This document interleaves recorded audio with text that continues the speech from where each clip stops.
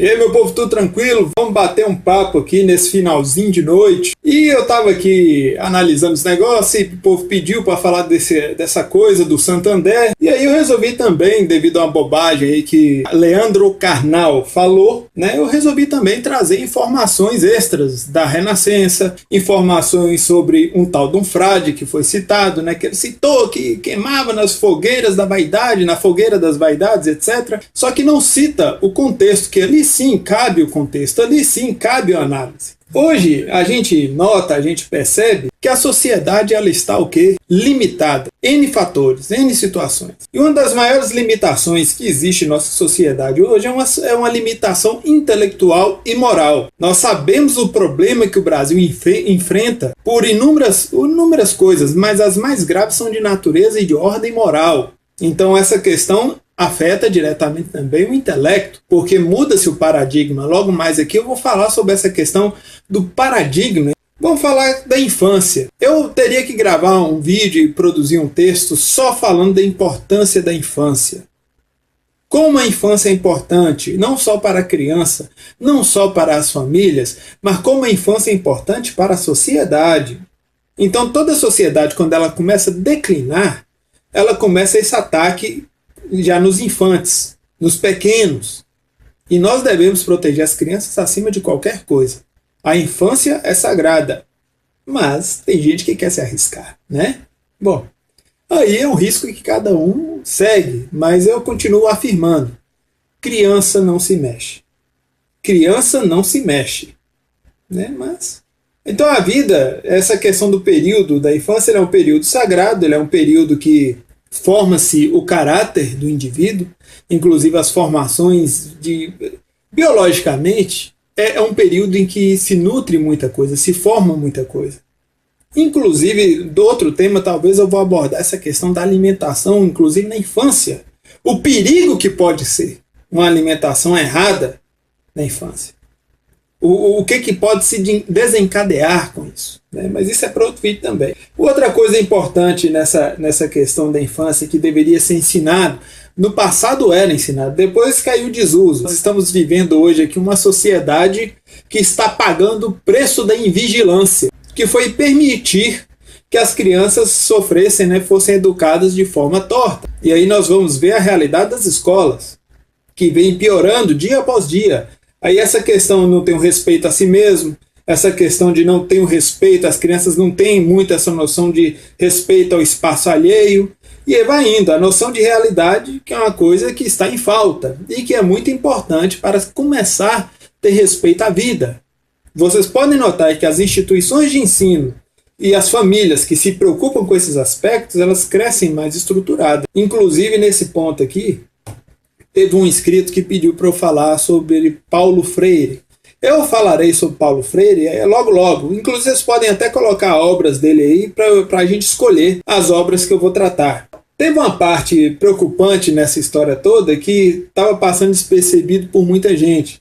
E aí tem um canal na internet chamado Terça Livre. Inclusive eu coloquei 2 vídeos deles aí no texto. Um vídeo ele mostra uma coisa muito importante e que, se for verdade, sinceramente, a sociedade precisa estar mais vigilante, porque o que ele coloca aí não é grave, não é gravíssimo. E depois no outro programa deles acontece a reiteração e uma pequena correção, o link também está aí. Agora vamos falar aqui da questão da arte, né? Primeiro começa a questão do conceito. Não é segredo para ninguém que a arte no Brasil declina pavorosamente, assim como outros setores, né? Isso aí é claro, é óbvio, não tem como negar o que está na cara de todo mundo. Mas tem gente que gosta de viver fora da realidade, mas os fatos são outros. E a questão é o seguinte: a função da arte, ela é fazer a pessoa transcender, fazer a pessoa questionar, fazer a pessoa enxergar a vida muitas vezes por outras perspectivas. Então a arte é um negócio importante e por essa natureza ampla e diversa, também é algo problemático de se conceituar. Como é que se conceitua a arte? Então aí tem que ser tomado cuidado extra, tem que ter um cuidado extra com as provocações que cada obra de arte pode provocar. E aí é que tem que se ter a proteção dos infantes, dos pequenos, das crianças. porque a mente delas não possui senso crítico. Tem gente que com 30, 40 anos não tem senso crítico quando mais criança, gente. Isso é loucura. A criança não consegue, ela não tem formação para isso, ela não tem experiência de mundo para isso. Então, quando ela se depara com certos tipos de arte, ela vai ficar chocada, que dali vai se instalar no cérebrozinho dela. Essa questão do Santander poderia ter evitado muito problema? Poderia. Colocado lá a faixa etária e fosse quem quisesse. Mas não foi assim que ocorreu. E o vídeo do Terça Livre explica isso. E ele mostra, inclusive, esses pontos. E é que eu falo, não mexam com crianças, né? E o pior, tá mexendo com duas coisas sensíveis da sociedade, né? É mexer com bichinho e mexer com criança. Já a conta para desembocar na tragédia, para virar um problema mais sério. E depois fazer o vitimismo, mimimi natural que se vê aí à torta e direita, né? Os coitados eternamente. Esse vitimismo, né? Essa coisa de quer dizer que pode provocar e mexer com criança, mostrar coisas inapropriadas para aquela faixa etária, ou vai falar que é apropriada agora? Vai? Não vai, né? Não força a barra. Então começa essa coisa de mostrar coisas inapropriadas para a criança e depois começa o vitimismo. Então, estou dando conselho, não mexa com criança e bichinhos, mas vai lá, cada um na sua, vai mexendo então. A questão do desrespeito à individualidade infantil foi um problema sério. E agora vamos falar, né, da questão dessa, por que isso acontece? Porque instituições, tanto privadas, ou que mamam no capital do Estado, né, que também é uma coisa, os capitalistinhas de Estado, ou mesmo algumas instituições do Estado, estão aí com essa coisa, contaminados por essa doutrinação correndo frouxa. E aí vai um recado para você que é empresário, que tem um grupo empresarial, para você que comanda, que dirige alguma coisa. Meu amigo, não permita que doutrinação faça parte da sua empresa. Como esse pessoal vai forçando a barra, vai começando a cometer atos que vão, né, beirando certas coisas, eles vão levando sua empresa para esse tipo de política. Inclusive, eles começam a tentar afastar de sua empresa pessoas realmente capacitadas só porque não aplaudem tal ideologia. E aí, vocês vão ter que topar com o quê? A falta de prosperidade. Eu acho muito difícil que o Santander se recupere. Eu acho muito difícil primeiro por causa do cenário. O cenário mundial como está se desenrolando. A segunda razão é porque as pessoas ficaram muito ressentidas porque mexeram com crianças e bichinhos. Não mexam com crianças e bichinhos, ok? Aliás, não mexam com ninguém. O ideal é cada um no seu quadrado, sabe? É muito importante não ficar criando problema, porque depois vem as consequências. E aí o bicho pega mesmo. Não tem jeito. Então é muito importante que se tenha essa coisa do respeito à individualidade, o respeito ao espaço alheio. Agora vamos falar aqui de Savonarola. Quando você pega ali as obras da Renascença, Baixa Renascença, Alta Renascença, e depois até maneirismos e tal, e etc. Quando você pega, estuda e analisa e compara com o que foi veiculado na internet, há uma discrepância de qualidade imensa. Aí se fala, arte não se compara, opa! Pois arte é uma das coisas que está suscetível a ser julgada. É apresentado e automaticamente acontece o julgamento pelas várias pessoas, apesar que Karnal disse não gostar, tá aí o link do vídeo, porque hoje todo mundo tem um perfil de Face e todo mundo dá sua opinião, ou seja, não existe mais o monopólio dos senhores do conhecimento. Desde um certo tempo da história da humanidade, houve a democratização do conhecimento, o acesso a livros, e isso incomoda algumas pessoas. Eu não acho que o Karnal seja uma pessoa ignorante, porque eu acompanho aqui o trabalho dele, por isso que eu não coloco isso no mérito da ignorância, mas na hora que beira uma certa agenda, aí vem aquela questão, né, do isentão, aí pós o isentão, aí bota aquele papagaio com, até coloquei aqui, o pessoal virou e falou, papagaio com frases de efeito, né? Então o Karnal tem que tomar cuidado para não se tornar um papagaio com frases de efeito, porque isso é danoso para sua carreira, especialmente quando for para a terra lá do outro mundo e tal, etc. Como é que será lembrado? Será que essa questão, qual é a prioridade? É o conhecimento ou é ter uma vida com um pouco mais de conforto? Qual é a prioridade? Porque eu não acredito que Karnal tem essas opiniões baseadas em ignorância. Porque não é possível que o sujeito fala aí de música clássica, o sujeito fala de outras artes, cita artistas e tal. Eu tenho que pressupor que ele conhece tais artistas. E eu tenho que pressupor que ele consegue olhar para essas obras de arte e consegue diferenciar uma coisa da outra. Eu quero acreditar nisso. Então, eu não acredito que o professor seja um ignorante. E eu espero que ele não se torne um papagaio com frases de efeito. Afinal de contas, muito mais vale uma vida simples do que uma vida com certos luxos, porém vendendo a alma, digamos assim. Eu espero que não seja o caso do professor. Então, quando ele cita o Frade, ele comete um erro gravíssimo. Lembrando que aqui vocês estão ouvindo isso de um sujeito que não é católico, de um sujeito que não é evangélico e um sujeito que é muito menos cristão. É que simplesmente aqui é só bater um papo sobre a verdade, sobre o conhecimento mesmo. Porque o que foi feito foi uma injustiça. Uma injustiça em vários pontos. Então aqui nós só estamos falando a respeito. Então essa questão do Frade, cabe sim analisar o contexto da época. Aquele período lá em Florença, nós sabemos que existia uma disputa de poder terrível. Era uma questão, inclusive, muito mais do que religiosa, era uma questão de poder político. Aliás, Maquiavel veio de toda essa ebulição, inclusive várias obras veio desse atrito que existia. Quando se fala dos exageros de Savonarola, né, dessa questão da fogueira das vaidades, vocês vão ver que há vários filmes, seriados, ou seja, dessa mídia normal, que muito se fala dele como se ele fosse um fanático religioso ignorante. E aí é que tá. Não se pode esquecer que ele estava ali em combate com o Papa, que era Borgia. Quem quiser saber, dá uma olhada quem era Borgia, não era brincadeira, era uma famíliazinha, né?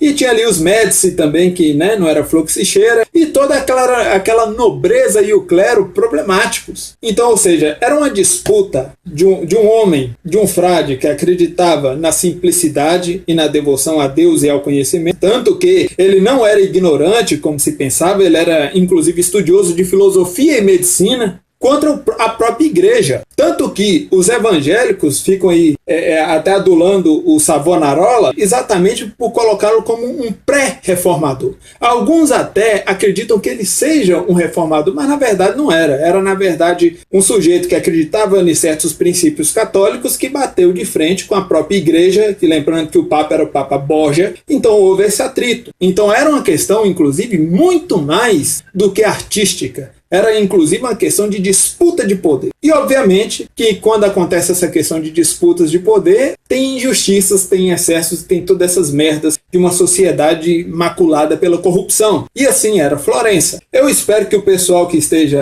lendo o texto ou vendo esse vídeo entenda que isso aqui não é para defender Savonarola. É simplesmente um instrumento de esclarecimento, não é um instrumento de defesa. Está aqui no texto bonitinho para vocês entenderem. Então teve essa questão que ele é apresentado muitas vezes como ignorante, como um queimador de obras, e não é bem essa a verdade. Eu volto a frisar, né? Lá era o berço do Renascimento, o que bem lá tinha eram obras de arte. Acontecia, na verdade, era outro tipo de disputa. Poderia ter uma ou outra através dessa questão de detalhezinho religioso, ou princípios que um duvidava, o outro aceitava, e tinha essa disputa. Lógico que poderia ocorrer. Estamos enxergando várias obras com nudez e etc. que sobreviveram a todo esse período e estão aí para quem quiser. Então isso aí, logicamente, já é uma mentira que a própria história desmente. Quando ele estava para morrer, ele publicou o Tratado sobre o Regime e o Governo da cidade de Florença. Ou seja, obviamente não é um sujeito ignorante, né? Como eu já disse anteriormente. E ele, mesmo com tendências claras à monarquia, que ele fala isso abertamente nos tratados dele, ele encarava a realidade, ele sabia que em Florença seria impossível emplacar, impossível colocar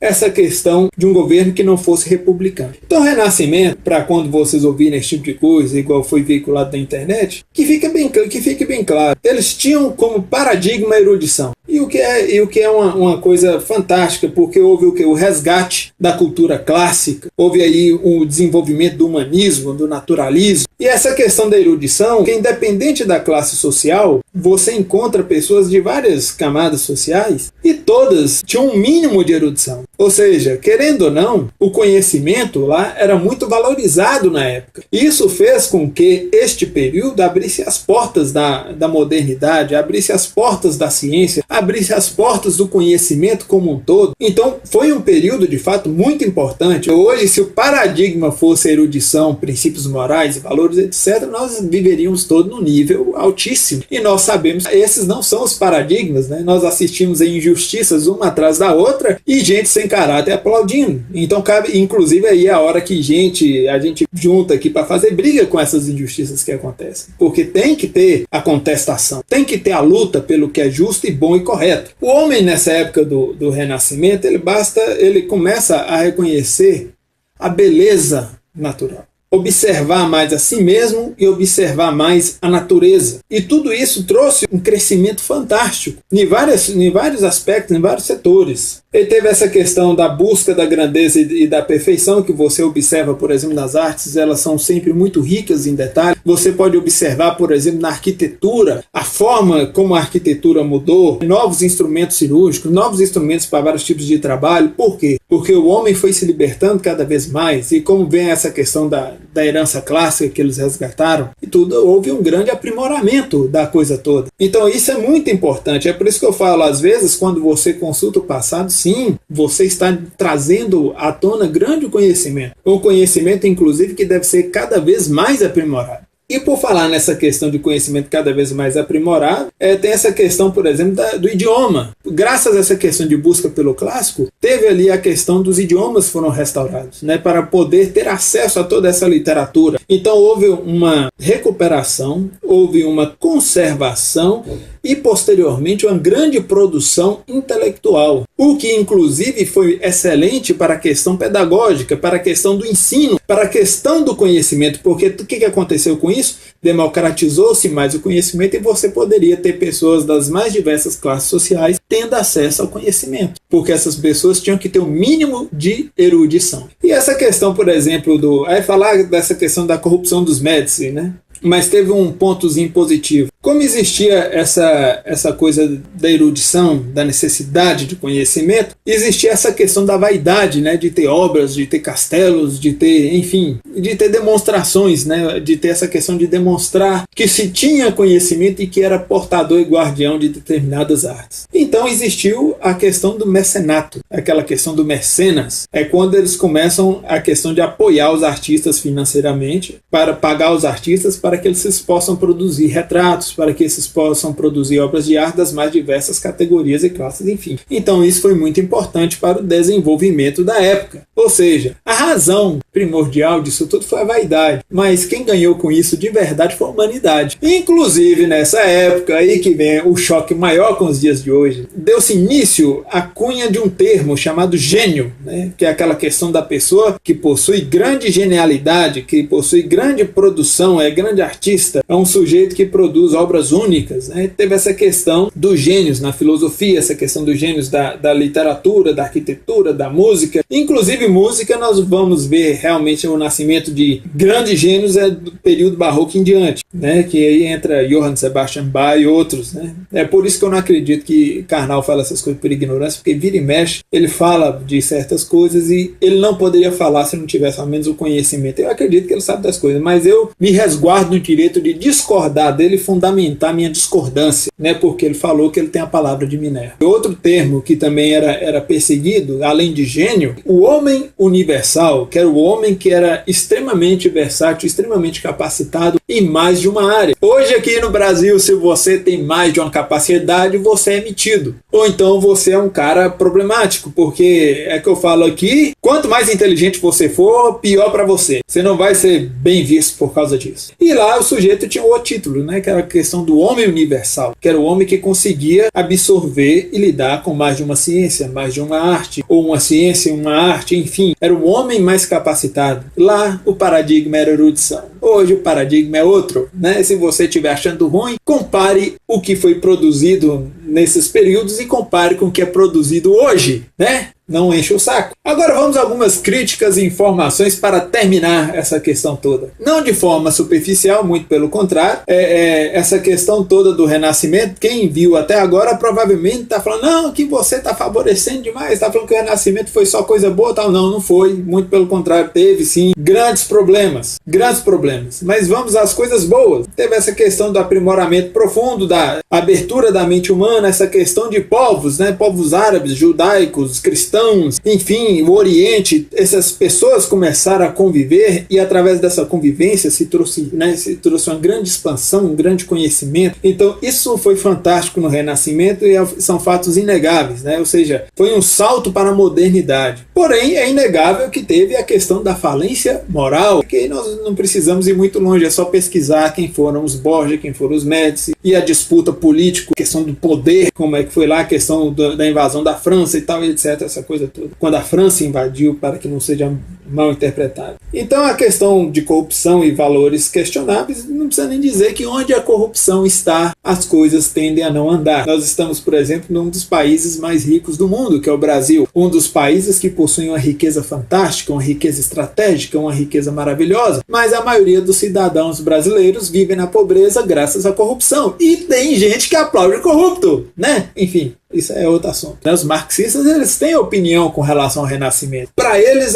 foi um problema essa época, porque foi quando o capitalismo começa a surgir. Olha só que coisa feia. E aí, de acordo com eles, o capitalismo proporcionou tempo para que os burgueses pudessem desenvolver as artes em outros setores. E me explica como isso é ruim? Hoje, seria fantástico. Aí, inclusive, no outro vídeo, com outro assunto, eu vou explicar que as pessoas no futuro terão tempo para se aprimorar mais, porque hoje todo mundo é escravo e não entende que é escravo, não sobra tempo para estudar e tal, etc. Não sobra tempo para se aprimorar, e isso é uma grande tragédia dos tempos atuais. Mas a questão é, esse tempo que eles tiveram tempo para pesquisar, para se desenvolver, foi o que trouxe grande riqueza em vários setores. Mas para marxistas, não, isso é problema. Mas porque eles criticam essa questão do aprimoramento, essa questão da concorrência, essa questão de fazer cada vez melhor, essa questão de perfeição, ou seja, dependendo desse povo, vocês andariam de quase comeriam grama, né? Na verdade, esse pessoal não quer ninguém muito inteligente, não. Então a importância do Renascimento, ela ecoa até os dias de hoje.